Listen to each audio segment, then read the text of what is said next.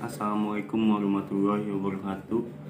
Nama saya Muhammad Walid dengan NPM 2021 0101100058 dari kelas B, Kesejahteraan Sosial. Ingin menjelaskan tentang pembukaan Undang-Undang 1945.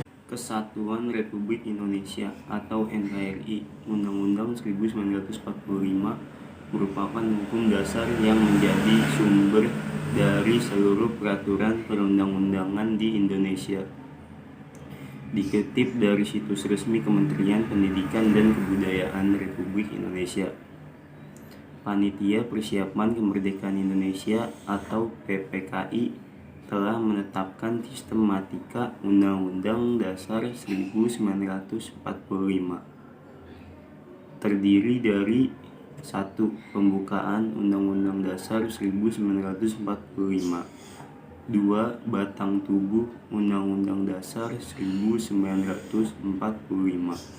3. Penjelasan Undang-Undang Dasar 1945. Pembukaan Undang-Undang Dasar 1945 memuat hal-hal penting bagi bangsa Indonesia. Isi alinea pembukaan Undang-Undang Dasar Negara Republik Indonesia, naskah Piagam Jakarta. Setelah dilakukan beberapa perubahan dalam sidang PPKI, akhirnya ditetapkan menjadi naskah pembukaan Undang-Undang 1945. Pembukaan Undang-Undang Dasar 1945 ini berisi pokok kaidah negara yang sangat fundamental bagi bangsa dan negara Indonesia. Naskah pembukaan Undang-Undang Dasar 1945 terdiri dari 4 alinea, yaitu A. Alinea 1, bahwa sesungguhnya kemerdekaan itu ialah hak segala bangsa, dan oleh sebab itu maka penjajahan di atas dunia harus dihapuskan karena tidak sesuai dengan peri kemanusiaan dan peri keadilan. B. Alinea 2, dan perjuangan pergerakan kemerdekaan Indonesia telah sampai kepada saat yang berbahagia dengan selamat sentosa mengantarkan rakyat Indonesia ke depan pintu gerbang negara Indonesia yang merdeka, bersatu, berdaulat, adil dan makmur. C. Alinea ketiga, atas berkat rahmat Allah yang maha kuasa dan dengan didorongkan oleh keinginan yang luhur supaya berkehidupan kebangsaan yang bebas, maka rakyat Indonesia menyatakan dengan ini kemerdekaannya. D. Alinea 4, kemudian daripada itu untuk membentuk suatu pemerintahan negara Indonesia yang merdeka, yang melindungi segenap bangsa Indonesia dan seluruh tumpah darah Indonesia, dan untuk memajukan kesejahteraan umum, mencerdaskan kehidupan bangsa, dan ikut melaksanakan ketertiban dunia yang berdasarkan kemerdekaan, perdamaian abadi, dan keadilan sosial. Maka disusunlah kemerdekaan kebangsaan Indonesia itu dalam suatu undang-undang dasar negara Indonesia yang terbentuk dalam suatu susunan negara Republik Indonesia yang berkedaulatan rakyat dengan berdasarkan kepada ketuhanan yang Maha Esa, kemanusiaan yang adil dan beradab, persatuan Indonesia, dan kerakyatan yang dipimpin oleh hikmat kebijaksanaan dalam permusyawaratan perwakilan, serta dengan mewujudkan suatu keadilan sosial bagi seluruh rakyat Indonesia. Pokok pikiran pembukaan Undang-Undang Dasar 1945 yaitu alinea 1, negara kesatuan yang melindungi segenap bangsa Indonesia dan mengatasi segala macam golongan dari segala perbedaan untuk mencapai persatuan dan kesatuan.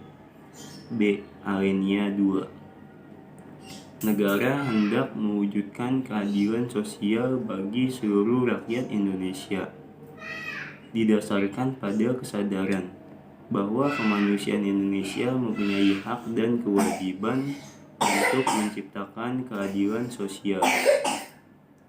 C. Alinea ketiga. Negara berkedaulatan rakyat atas dasar kerakyatan dan permusyawaratan atau perwakilan yang menyatakan bahwa kedaulatan atau kekuasaan tertinggi dipegang oleh rakyat.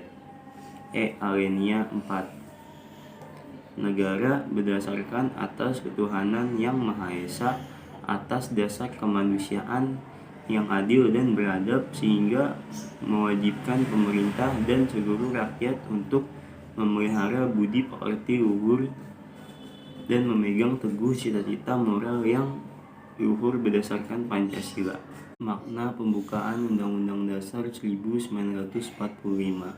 Makna Alinea 1. Berikut adalah makna pembukaan Undang-Undang Dasar 1945. Alinea 1. Pernyataan objektif Indonesia bahwa penjajahan tidak sesuai dengan pri keadilan dan pri kemanusiaan. Pernyataan subjektif Indonesia yaitu aspirasi bangsa untuk membebaskan diri dari penjajah. Pemerintah Indonesia mendukung kemerdekaan bagi setiap bangsa. Keteguhan bangsa Indonesia dalam membela kemerdekaan, melawan penjajah dalam segala bentuk. Makna alinea ketiga. Berikut adalah makna pembukaan Undang-Undang Dasar 1945. Alinea ketiga.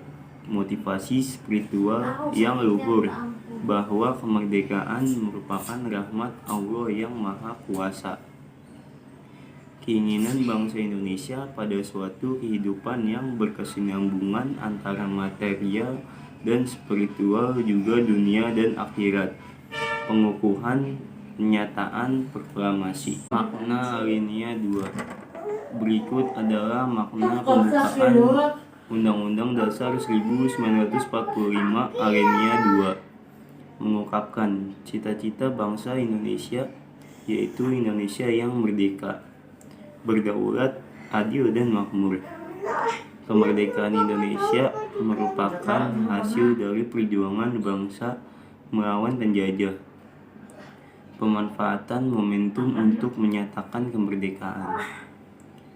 Kemerdekaan bukan akhir, tapi harus diisi dengan mewujudkan Indonesia yang merdeka, bersatu, berdaulat, adil, dan makmur.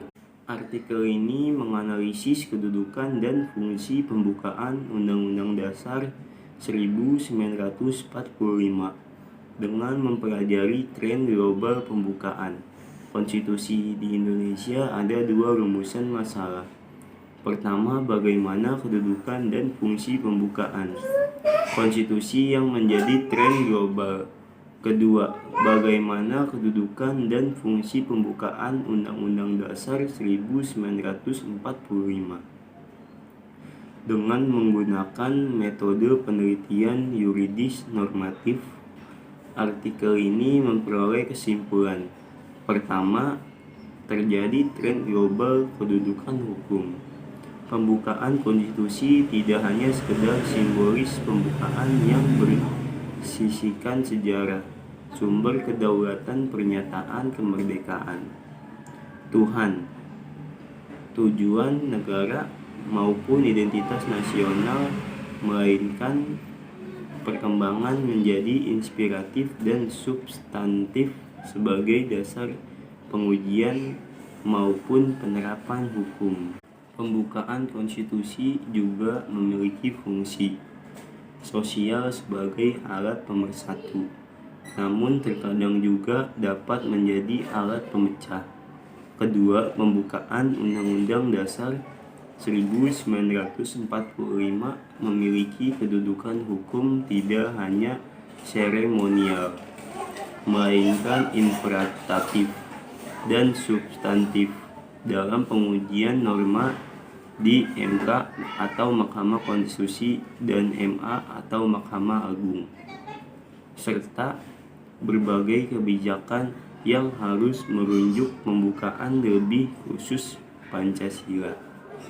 Seringnya penggunaan Pancasila secara berdiri sendiri membuat pembukaan Undang-Undang 1945 acapkali memiliki makna simbolis semata sebagai tempat Pancasila berada. Dari segi fungsi sosial, pembukaan Undang-Undang Dasar 1945 dapat menjadi alat pemersatu bangsa, khususnya dengan keberadaan Pancasila sebagai jiwa dan falsafah bangsa. Namun, penggunaan Pancasila secara berlebihan dapat juga mengakibatkan penindasan seperti yang terjadi pada Orde Baru. Disarankan penggunaan Pancasila seharusnya dalam bingkai pembukaan Undang-Undang Dasar 1945 sebagai satu kesatuan serta keperluannya pembatasan kekuasaan secara wajar guna mencegah pemecahan. Pembukaan Undang-Undang Dasar 1945 telah dianggap sebagai statis dan oleh karenanya tidak boleh dirubah. Merubahnya berarti merubah dasar negara. Namun kejanggalan-kejanggalan yang terdapat dalam pembukaan Undang-Undang Dasar itu menimbulkan beberapa pertanyaan. Dalam artikel ini antara lain 1. Bagaimanakah status negara Kesatuan Republik Indonesia? 2. Bagaimanakah kejanggalan-kejanggalan pembukaan Undang-Undang Dasar Negara Kesatuan Republik Indonesia? 3. Bagaimanakah kemungkinan amandemen terhadap pembukaan Undang-Undang Dasar Negara Kesatuan Republik Indonesia? Adapun metode yang digunakan dalam penulisan artikel ini adalah studi literatur, yaitu mencari sumber-sumber dari buku yang relevan dengan topik yang dibahas. Selain itu digunakan juga sumber internet sebagai referensi penunjangan yang melengkapi sumber-sumber kepustakaan. Kesimpulan yang didapat antara lain: pertama, status negara Kesatuan Republik Indonesia tidak dapat dalam proklamasi melainkan dalam pembukaan Undang-Undang Dasar 1945. Namun demikian itu tidak serta-merta menjadi alasan bahwa pembukaan itu sakral karena mengandung status, karena perubahan atau amandemen terhadap telah dijamin dalam Undang-Undang Dasar kedua. Kejanggalan-kejanggalan pembukaan Undang-Undang Dasar Negara Kesatuan Republik Indonesia antara lain terdapat ambigu tentang pernyataan kemerdekaan. Kemerdekaan antara pada proklamasi atau pembukaan Undang-Undang Dasar 1945.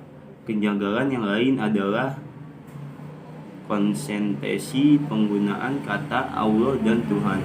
Kejanggalan selanjutnya adalah penggantian terhadap naskah pembukaan Undang-Undang Dasar 1945 sehingga berarti pula penggantian terhadap status, yaitu Pancasila. Selanjutnya amandemen kedua dilaksanakan pada tahun 2000. Amandemen ketiga dilaksanakan pada tahun 2001. Dan amandemen terakhir dilaksanakan pada tahun 2002 dan disahkan pada tanggal 10 Agustus 2002. Amandemen Undang-Undang Dasar 1945 mengawali kehidupan ketatanegaraan baru bagi rakyat Indonesia yang diharapkan dapat meningkatkan kehidupan rakyat.